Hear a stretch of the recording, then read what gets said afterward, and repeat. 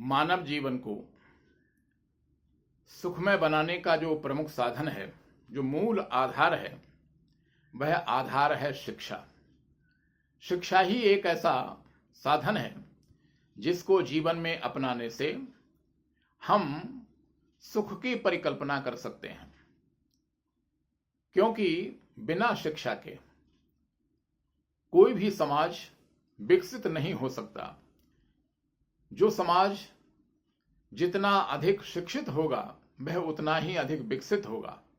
अगर हम चाहते हैं कि हमारे जीवन का विकास हो, मानव समाज का विकास हो, तो हमारा दायित्व है कि सबसे पहले हम अपने आप को विद्यावान बनाएं, ज्ञानवान बनाएं और अपने इस मानव समाज में अधिक से अधिक शिक्षा का प्रचार प्रसार करें।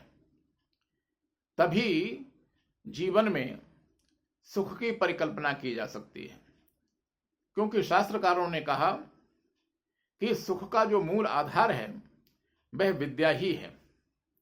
विद्या ददाति विनयम।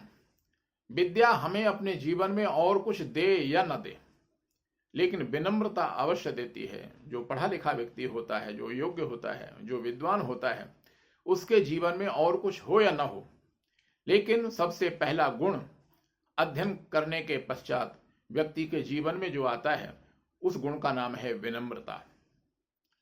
विद्या ददाति विनयम और विनयात याति पात्रता। विनम्रता जब जीवन में होती है तो आगमन होता है पात्रता का, और पात्रता से जीवन में आती है योग्यता, और योग्यता जब होती है तब हमारे जीवन में धन का आगमन होता है। और उस धन का विनियोग जब हम धर्म में करते हैं तब वह धर्म हमारे सुख का आधार बनता है, सुख का कारण बनता है। इसलिए मानव समाज को सुखमय बनाने का जो प्रमुख साधन है वह विद्या है।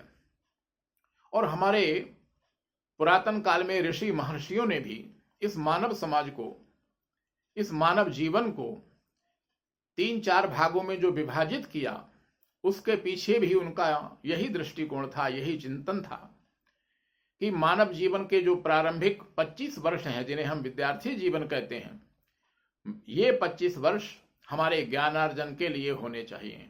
इनमें अधिक से अधिक हम ज्ञान अर्जित करने का प्रयास करें। इससे आगे का जो जीवन है वह हमारा धनार्जन के लिए होना चाहिए। 50 वर्ष तक हम अधिक से अधिक धनार्जन करने का प्रयास करें, और उसके पश्चात हमने जो धन अर्जित किया उससे पुण्य अर्जित करने का प्रयास करें। इसलिए शास्त्रकारों ने कहा, प्रथमे नार्जिता विद्या, द्वितीये नार्जितम धनम, तृतीये नार्जितम पुण्यम, चतुर्थे किं करिष्यति। जिस व्यक्ति ने प्रारंभ में विद्याध्ययन नहीं किया और उसके पश्चात धनार्जन नहीं किया, और उस धन का जिसने शुभ कर्मों में समर्पण नहीं किया, पुण्य अर्जित नहीं किया, तो फिर चतुर्थे किं करिष्यति। वह व्यक्ति चतुर्थ अवस्था में जाकर के क्या करेगा, अर्थात कुछ नहीं करेगा। उस व्यक्ति का जो जीवन है वह एक प्रकार से निष्फल जीवन है। इसलिए हम मानव समाज को यदि सुख में देखना चाहते हैं तो हमारा ये कर्तव्य है कि हम इस विद्या का, इस ज्ञान का अधिक से अधिक प्रचार प्रसार करें मानव समाज में। जो समाज जितना अधिक पढ़ा लिखा होगा, योग्य होगा, शिक्षित होगा, उस मानव समाज के विकास की परिकल्पना उतनी ही अधिक की जा सकती है। और ये जो शिक्षा है, ये जो विद्या है, ये पुस्तकों से प्राप्त नहीं हुआ करती। पुस्तकों से केवल परीक्षा तो पास की जा सकती है। पुस्तकें रट करके 3 घंटे की जो परीक्षा है उसको उत्तीर्ण किया जा सकता है, लेकिन किसी विषय की दक्षता अगर हम प्राप्त करना चाहते हैं, किसी विषय में हम विशेषज्ञ बनना चाहते हैं, तो इसके लिए हमें गुरुजनों के सम्मुख बैठ करके अध्ययन करना ही पड़ेगा।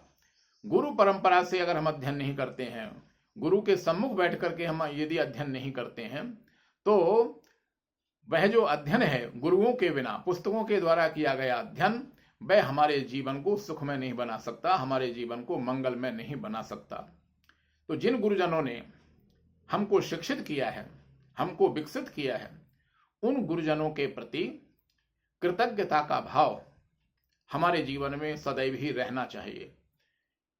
और उन गुरुजनों के प्रति कृतज्ञता का भाव प्रदर्शित करने का जो अवसर है, उस अवसर का नाम है गुरु पूर्णिमा। ये गुरु पूर्णिमा एक ऐसा अवसर है जबकि हम अपने गुरुजनों के सम्मुख जाकर के उनके प्रति विनम्रता का भाव प्रदर्शित करते हुए, उनके प्रति कृतज्ञता का भाव प्रदर्शित करते हुए उनसे आशीर्वाद प्राप्त कर सकते हैं। गुरुजनों के द्वारा दिया गया जो आशीर्वाद है वो हमारे जीवन की उन्नति का कारण बनता है।